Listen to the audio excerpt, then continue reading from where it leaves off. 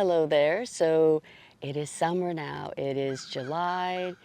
It's hot, humid, not as humid as the previous month or so. It's actually in the 50s. I think the last time I remembered it, it was in the 70s. So thank goodness it's not as humid as before.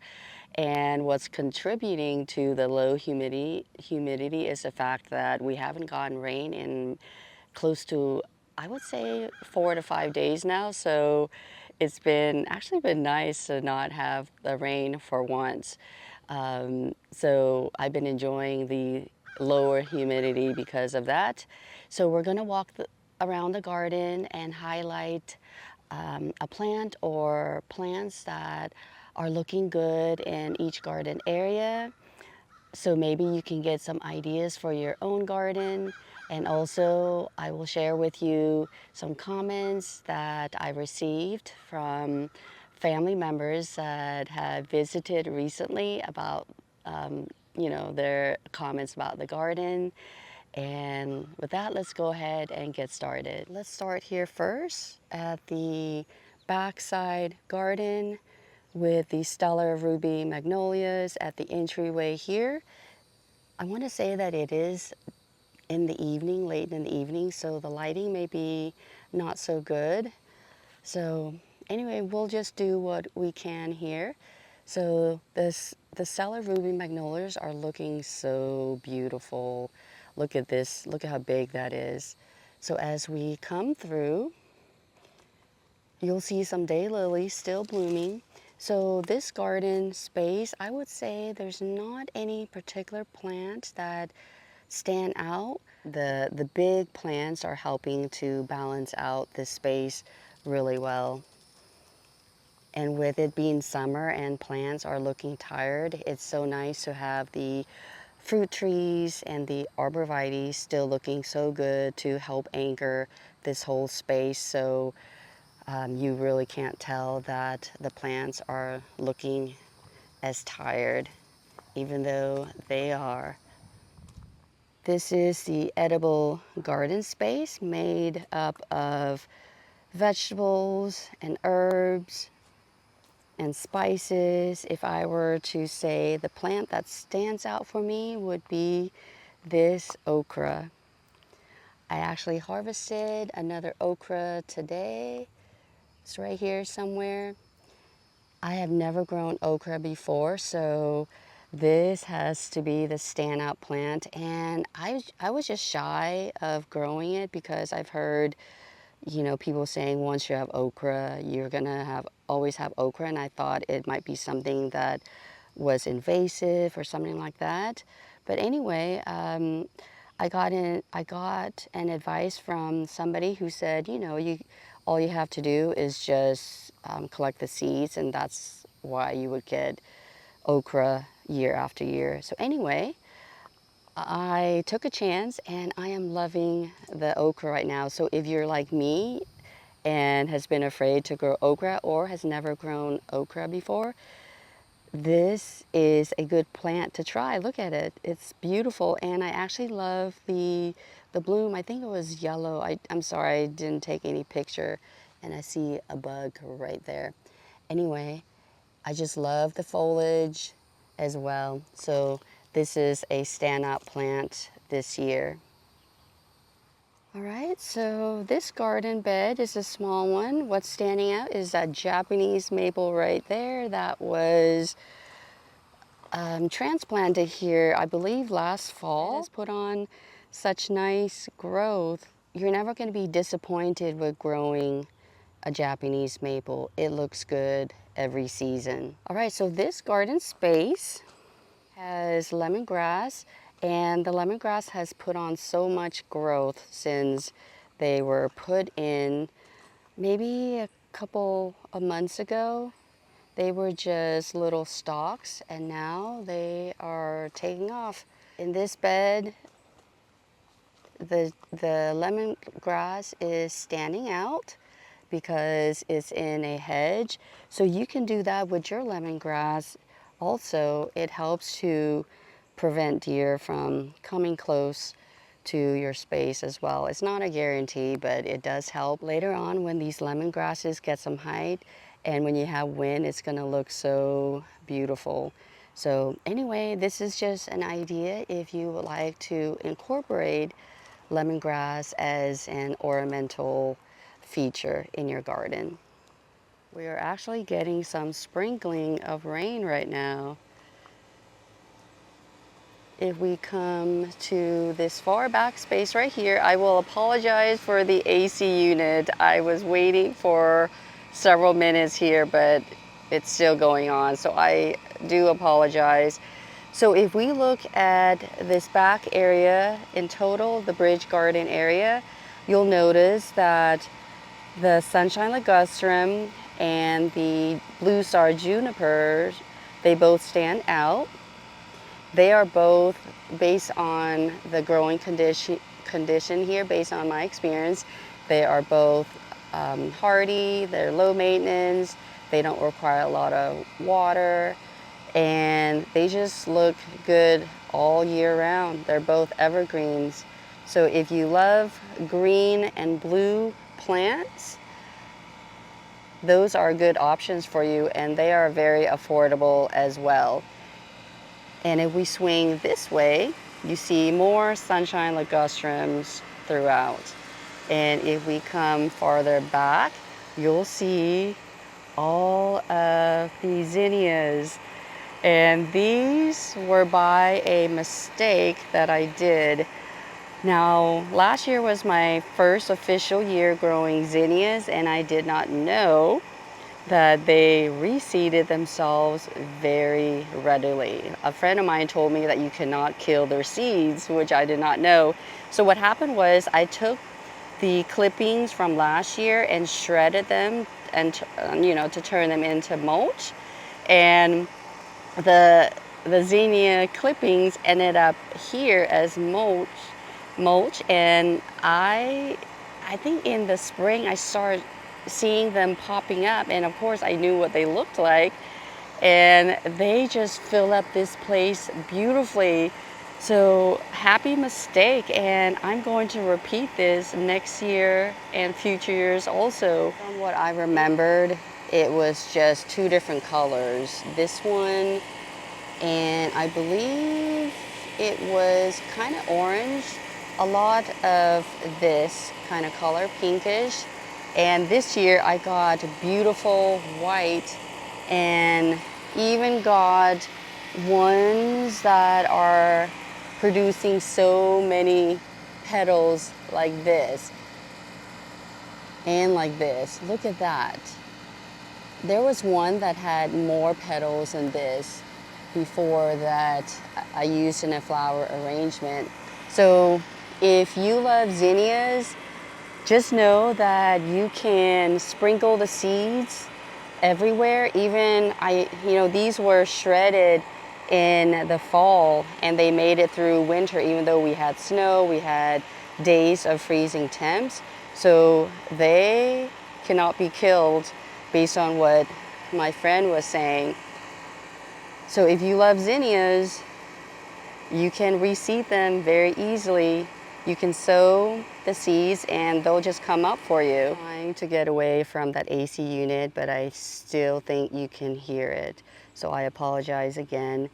So in this garden space, what stands out to me are these different types of sedums right here. This is Angelina sedum right here. And then next to it, or growing amongst it, is the John Creech sedum. We got some dieback right here, but overall, this space just looks so beautiful with both of them growing nicely together. So if you have a spot that gets weedy, which this space used to be, and you don't mind the yellow sedum color, this is a good thing to do to help prevent weeds. Now you will get some weeds still growing out of the space, but you'll have less or fewer of them. So you see a weed right here. Anyway, I definitely recommend adding ground covers. I have been trying to add more ground covers this season. Still a lot more to do, but I have enjoyed this one. This one has been here for a few years now, and I believe it was the year before last that it was filling out nicely. So this is something that can be done, and you can see that I have placed them between the steps, also the pavers, to get this look. You can see how hot it has gotten, that some have died back, but overall you still get this nice carpet-like, creeping-like effect, or trailing, however you want to say it, around the steps here to help prevent a lot of the weeds. And you will see that there are still some weeds. So having ground covers really help to maintain the moisture of your soil. And because of that, you know, the plants that are growing with the ground covers are really enjoying having nice, moist, well-draining soil for a long period of time than if, you know, the ground covers were not there. So this is something that you can do, but expect maybe 2 to 3 years for them to look like this. And it just depends on your condition, your garden zone as well. You might get more, you might get less, and it might take you a shorter time to have it filled out or filled up like this, or a longer time to get it all filled up like this. If we look at this garden space in total, you can see the plants are looking pretty tired, including these lamb's ears. Usually they can take a drought, but we've been getting such hot days, direct sunlight, and you can see that they have been affected by the very hot, direct sunlight days. What's not looking tired, or not as tired, are those echinaceas up there. So they are a standout in this garden space for sure. But of course you have the anger of the evergreen plants as well. So they always look really good, and they do help to anchor the whole space, including that yucca and this Chinese snowball viburnum right there. But of course, you know, in the summer, we want beautiful blooms, and these guys are doing their job. You can see that the direct bright sunlight has discolored the blooms some. But look at this. Look at all the blooms. These finally opened up, most of them, and they are looking so beautiful. So this is definitely a standout in this garden space. My niece mentioned that she loves all the pretty flowers in the different garden spaces. And I forgot to mention that my sister thought that the patch of zinnias were beautiful as well. So I'm thankful for that she made a comment, because I thought it was something beautiful as well too, very surprising. And she also liked these echinaceas. She said she was jealous of, or she wrote that she was jealous of these echinacea blooms. Whenever I have garden visitors, I have them write in the garden journal. So that way it's good to document for me to have a record of all the different visitors visiting the garden in, for years to come. Anyway, that was a comment that she made.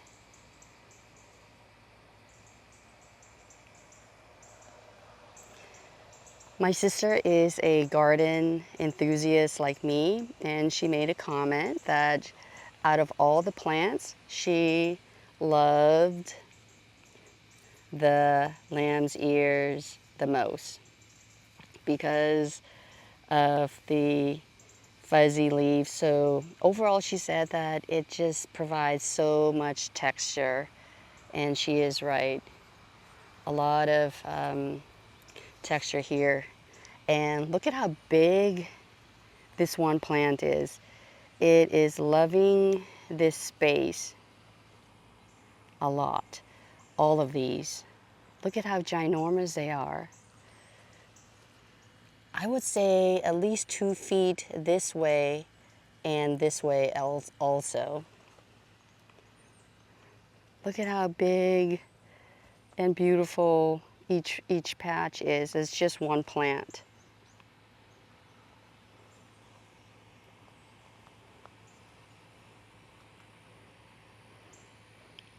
Now my nephew commented that he enjoyed this garden because it has different elements, not just plants, but the pathways, the rocks, the pavers, all that. So he really enjoyed the garden for those reasons. If I did not mention it, what stands out in this garden space are these ginormous lamb's ears. And they are my go-to plant to help suppress or prevent a lot of the weeds from growing. So you can see they have gotten ginormous and they take up a lot of real estate. So because of that, it's harder for weeds to grow wherever they are. So just know that if you want something that grows pretty quickly, something that is low maintenance and can tolerate drought, lamb's ear is a good option. You just need one plant. And for example, if you grew one in the spring, by the fall, you should have plenty to divide. So believe it or not, all these lamb's ears came from one plant.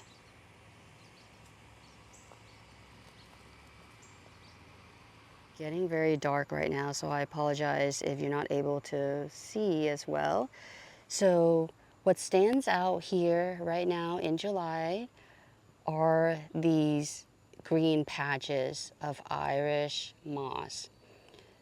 They are blooming right now. In the morning, the blooms close, and when it gets warmer, the blooms would open. And there's just little delicate blooms, white blooms, and they look so pretty. Without the blooms, these patches look so beautiful as well. And the reason that they are in clumps like this, initially I was just thinking that it was just one plant. I was putting, one patch here, one patch here, one patch here, and so on. And I'm hoping that eventually each patch will connect together. And in between I have the John Creech sedum as well. So maybe both of them will spread nicely and will commingle together very nicely. So I have had comments about this plant. People think that it is fake. Believe it or not, Irish moss is not a true moss because this one has flowers. So this one is actually an evergreen plant. True moss does not produce flowers. So look at that.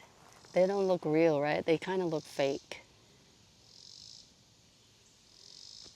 So this is one of the plants that visitors get attracted to because it just looks super cool to them.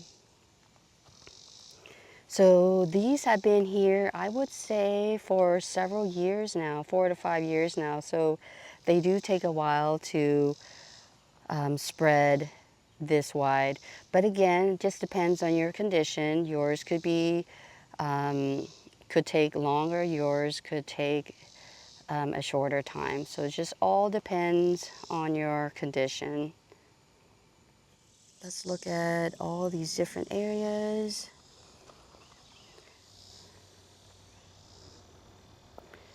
If we come this way, what stands out is this dahlia right here. This is Dahlia Motto, Motto, I believe. I don't think it's Mata, I think it's Motto. Anyway, it is standing out so beautifully along with the Rose Creek Abelia that was pruned recently to look like a small tree. And it still has its nice structure, tree structure there. I didn't think it would look good with the orange dahlia, but it doesn't look bad at all. So whenever you're here, you definitely see the dahlia first, and you might notice the Rose Creek Abelia. You get to spend an evening with me, so it's quite in the evening right now, not a lot of lighting, and I could feel the breeze for once. I don't think I've ever felt a breeze for a long time now. Beautiful, and it has the backdrop of the Japanese maple right there. So even with it being dark right now, you can see how much it stands out. And that dahlia, it gets pretty tall. I think it's about at least 3.5 feet, and I think it is a taller variety. And I got that at Walmart when they have bulbs for sale. So definitely very affordable. That Rose Creek Abelia was purchased several years ago on clearance. And the Japanese maple was purchased at Walmart. So let's come over this way, and you will see what's standing out are those hydrangeas. Those are little lime hydrangea paniculatas. And it is very dark right now, and you can see how much it stands out, or they stand out. Check the time, it is 8:40 something, pretty dark, and they are standing out beautifully. It helps to have, lighter color flowers to stand out even in the evening, and these are not disappointing at all. Now, little lime hydrangeas, they don't get too big. So according to the tag, it's only supposed to get 4 to 5 feet in height. So hopefully that is the case. They do love the space here.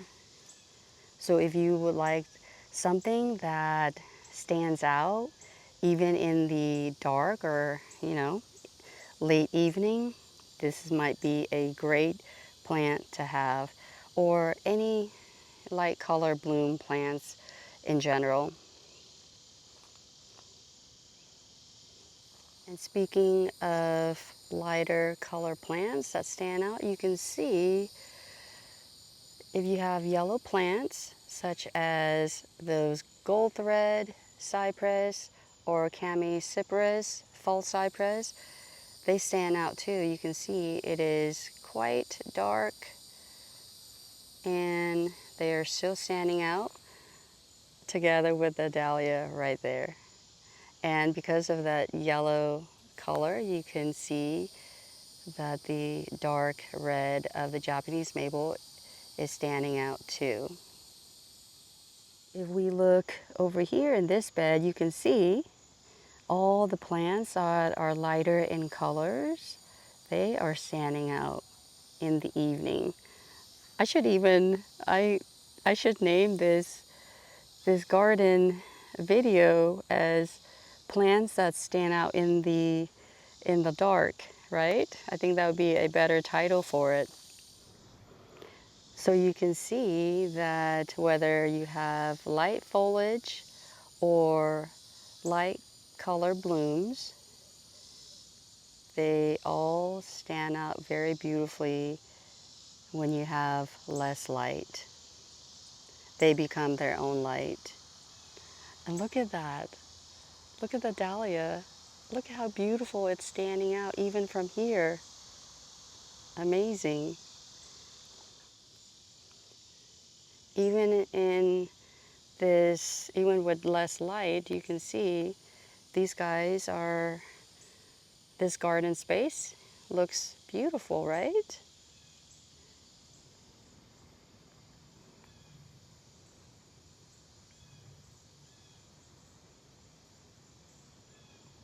Let me show you some of the chalk drawings done by my nieces. They said they couldn't come up with a theme. They didn't know what to draw. Look at that. That's a nice rainbow, right? They did a good job with not much direction.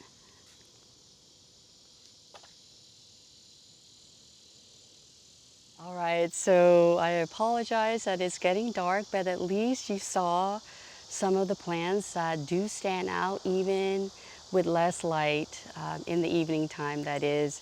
And I hope you were able to get some ideas from this garden tour about what plants can do well in your own garden. So anyway, with that, thank you so much for staying on. I really appreciate it. Thank you so much for watching this video. And until the next one, take care and bye for now.